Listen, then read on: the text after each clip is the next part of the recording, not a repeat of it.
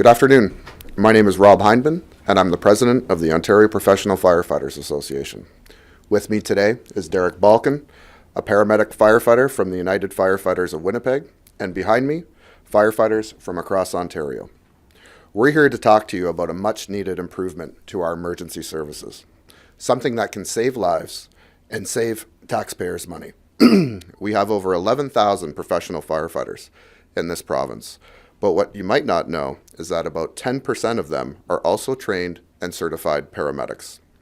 Under current legislation, they are prohibited from using their paramedic skills when they arrive on scene of an emergency on a fire truck. They have to wait for EMS paramedics to arrive. Ontarians expect more, and so do we.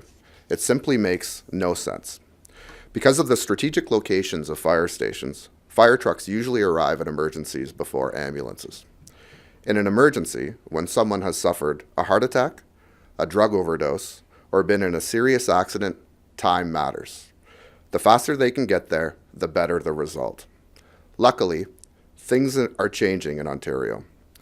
Bill 160, currently before the legislature, proposes to create 2 pilot projects in communities yet to be named. Those projects would allow firefighter paramedics to use all their skills and training to help patients in emergency situations. We applaud the government for taking this long overdue step, but we believe we need to do more. We recommend that any community that wants to allow firefighter paramedics to help in emergency care should be allowed to opt into the program. And we also recommend that we move as quickly as possible to extend it across the province. It's all about saving lives, but it's also a big cost savings. The Auditor General has noted in successive reports that the costs of pre-hospital care are rising far faster than the number of patients being transported. The system is stressed. Letting firefighter paramedics use their skills can help relieve pressures on the system. It's about making better use of our existing resources. The cost to equip fire trucks with medical gear would be marginal compared to the savings from utilizing that capacity in our existing resource. Savings that come from not having to dispatch ambulance to low priority calls where they are not needed. In making these recommendations, we also want to pay tribute to Ontario's dedicated EMS paramedics. We work with them every day and know they are top professionals who save lives. But as the Auditor General has noted, they are stretched. Making better use of firefighter paramedics will help relieve the pressures on EMS crew, freeing them up to focus on kinds of calls where their skills and training are needed most. We think these changes will allow the services to complement each other to the benefit of all Ontarians. It is important to note that Ontario is in the minority in North America as it relates to firefighter paramedics. In most large cities across the continent, firefighter paramedics are considered industry best practice. In Alberta and Manitoba, they're also allowed to use their skills. In its 2013 report, the Government of Manitoba praised the fire-based EMS system being utilized in Winnipeg, Brandon, and Thompson.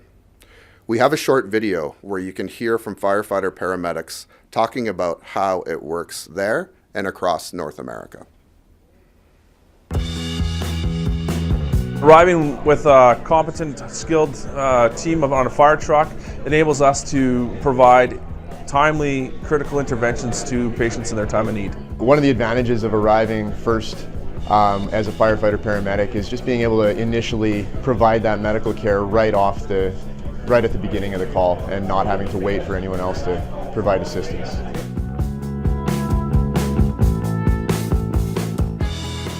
Having paramedics on a fire engine increases the value to the community by bringing all the resources of an emergency department to your living room. While I'm assessing and treating a patient, the other crew can be looking after safety issues. Time is what saves lives. The sooner we're on scene and providing care is better for the patient outcome.